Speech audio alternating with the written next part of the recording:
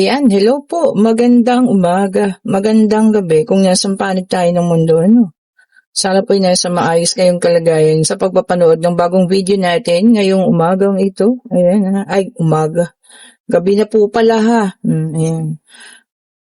Gabi na ako nagising, hapon na kasi ang sarap matulog, malamig ano. At ang lalakas ng mga ulan. O ayan, sana po'y okay kayo ha at hindi binahabaha. O ang unang card natin, we have here the Knight of Pentacles. Ayan. Naku nga, bakit baliktad? Ayan, okay na. Sana po hindi kayo binaha ha. Ang lalakas ng ulan, ano, grabe. We have here the Five of Wands. Ayan. And meron din tayo dito, Nine of Wands. Ayan. Okay po. And meron din tayo rito the Angel Temperance. O, ayan. Okay. So, ito na sila ha. Ito yung unang latag natin. Ayan. Mag-iingat po kayo ha. Yung mga ganong klase ng pabugso-bugso. Alam niyo yan. Lakas na makapagpataas ng tubig niyan, di ba? Tubig baha. Mag-ingat po ha. Talagang tag-ulan na. Parang late na nga siya no? Dapat mga pa yan, July. Kaso, maging Agosto na. And we have here the Three of Wands. Ayan.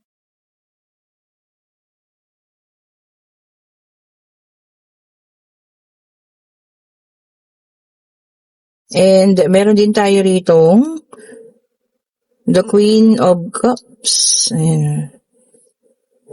And meron din tayo rito Five of Swords. Okay.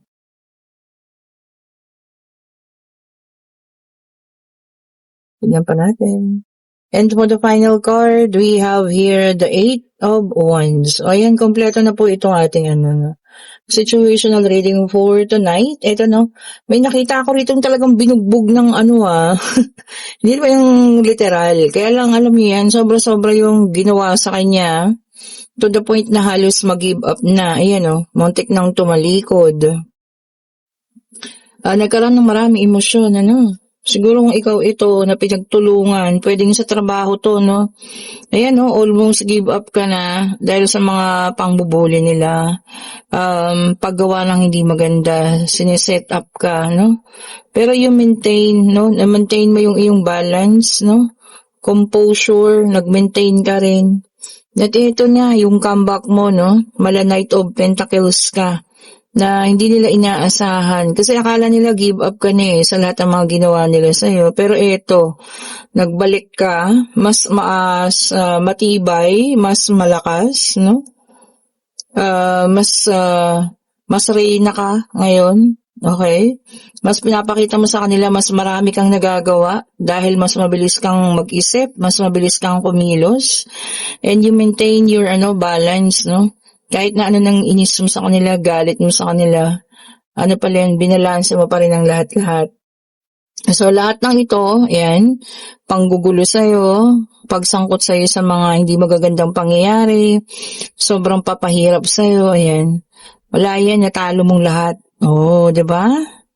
Yun, in-expect nila kasi give up ka na Pero nung nag-comeback ka, ayan, nagulat silang lahat. Tama yun. Alam mo kapag ganyang lagi na lang nilang ginagawa yan, dapat tayo hindi gumigive up, lalo nating pagpursigihan. Tapos ang maganda doon, yung lalo mo silang asarin. Diba? Paano? Siyempre doing the best. Kagaya ng ginawa mo ngayon, talagang ginagawa mo yung best mo. Ginagawa mo yung mas tama. Edi itong mga taong ito na inggit sa'yo at asar sa'yo, edi mas lalo mag-ngit-ngit yan dahil hindi nila akalain na alam mo yan, makakayanan mo sila.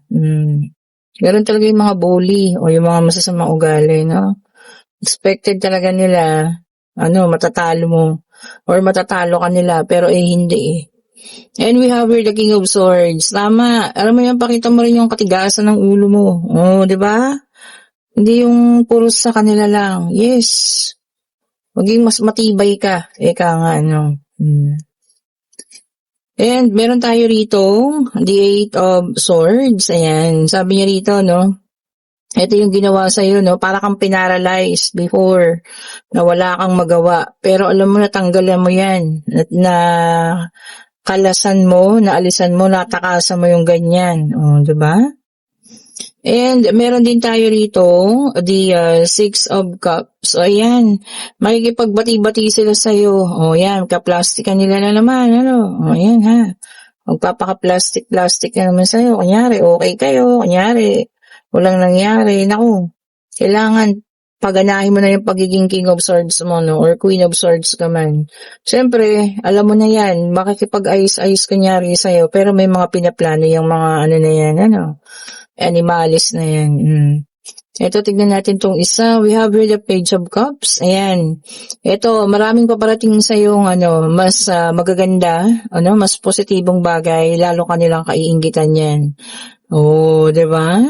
Maaring pagtaas ng sahod, may pwedeng promotion, mas lalo magingit-ngit yung mga yan. And we have here the Page of Swords. Ayan, tama naman. Sabi rito, no? Guard everything. Bantayan mo lahat-lahat. Ayan. Sabi niya, and don't get drawn into arguments. Huwag kang makipag-argumento, no? Kasi gagawin ka lang nila dyan ng set up. Mapagbibintangan ka. Oh, di ba?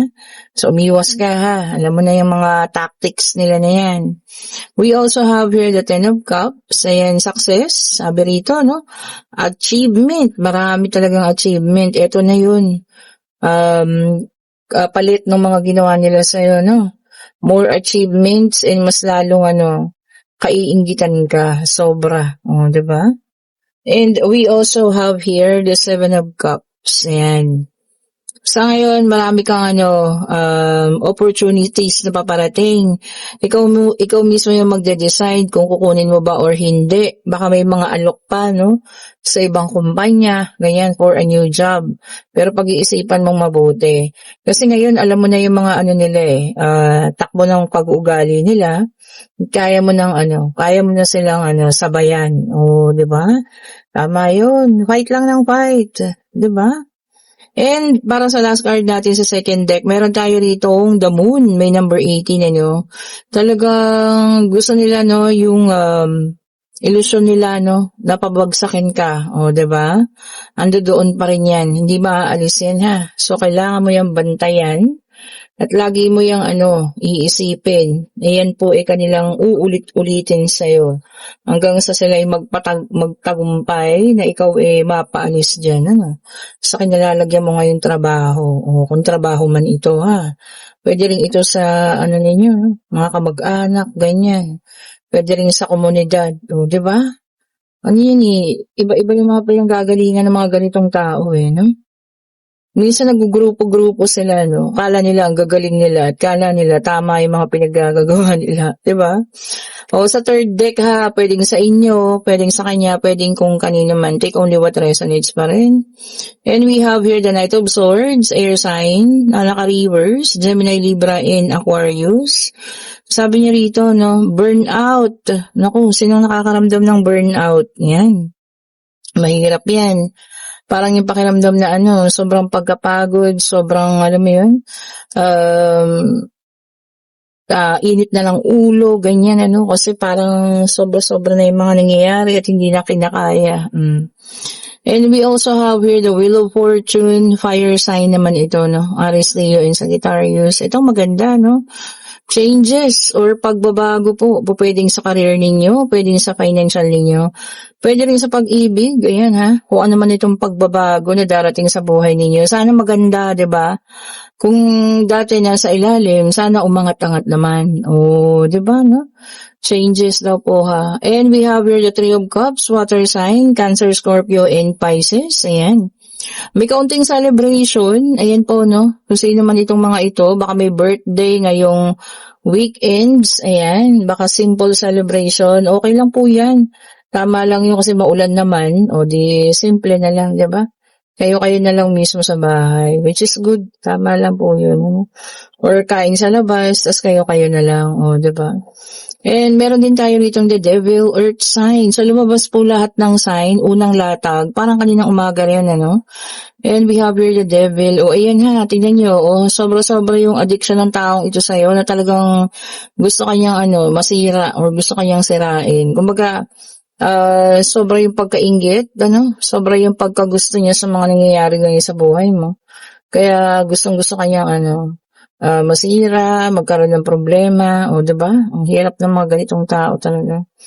And we also have here Two of Swords, air sign, Gemini, Libra, and Aquarius. Ayan. Sabi niya dito, no choices. Ayan. May pipiliin, pagpipilian. O, yun ang mahirap. Lalo na paano kung parehas mong gusto, let's say bagay yan, o diba, no? So, piliin mo na lang yung pinakagusto mo. Ganun talaga. Eh, yung isa, hindi mo mapipili. Yun ang mahirap, diba?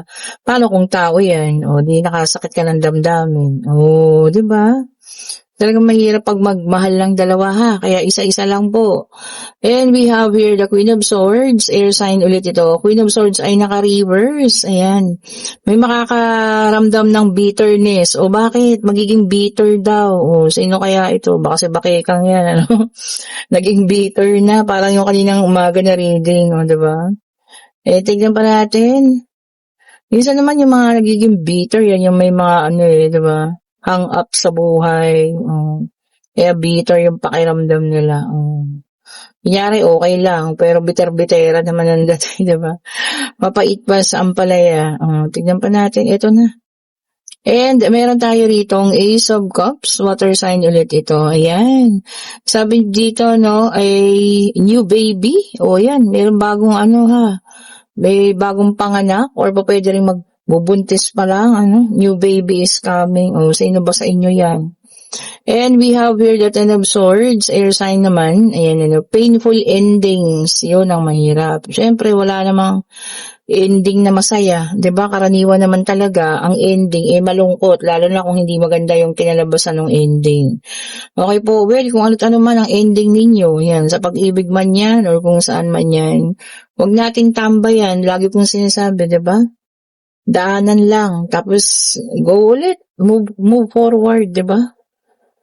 Eto na, kayo po yung magtanong na, pag-ibig, pangyayari, financial, wala man lang gusto yung malaman, ayan. Kayo po yung magtanong na, Divine Universe, anong sagot mo sa kanilang katanungan? Isang sagot lang po. Isang sagot lang po. Ayun na. And ang sagot po ay yes. And this is the apathy card, Four of Cups. Ayan, sabi rito, no? Focusing on the negative side. O, for some of you, nagpo-focus sa mga negatibo ha. Bakit? Inaatake ng negativity. Erase niyan. Erase. Palitan ng positivity ha. And yes po ang sagot. And kung kayo nasa situational reading na talagang alam mo yun, pinadapa kayo ng mga nakararaan, pero eto na, bumangon ka at ikinagulat nila ang pagbangon mo, tuloy-tuloy mo yan ha. Kasi ngayon, alam mo na kung paano sila sabayan. Ngayon, alam mo na kung ano yung laro nila, no? Talagang mas galingan mo pa para lalo silang mabuhisit. 'Di ba? Ganun yun eh. Pag ginagandahan mo, pag nagiging mas mabuti, lalo po silang nabubuhisit sa'yo, lalo silang magngingit-ngit niyan. No? 'Di ba? Lalo sila sa buhay nila, 'di ba? No? Ganun lang po yun. Well, kung hindi mo naman nakaya, may option ka rin. Pwede kang humanap ng ibang work kung sa trabaho man po ito, ha? Okay po. And kung nagugustuhan yung ating reading, pa-like, pa-share, pa-subscribe, and hit the notification bell para lalo't gagi kayong updated sa mga bagong videos na nare-release natin. At sa lahat tayo gustong umorder ng ating mga bracelet, ayan. Kayo po yung mag-order na ha. Free shipping po lahat ngayon sa lahat ng mga bracelet natin. Free shipping po. Ayan ha. At sa lahat ng may gusto ng ating reading, pa-click na rin yung link at kayo po yung magpa-schedule na para sa Friday po. August 7, 2026. Thank you so much po ulit for watching. Ingat po sa lahat ha. Bye-bye po sa inyo.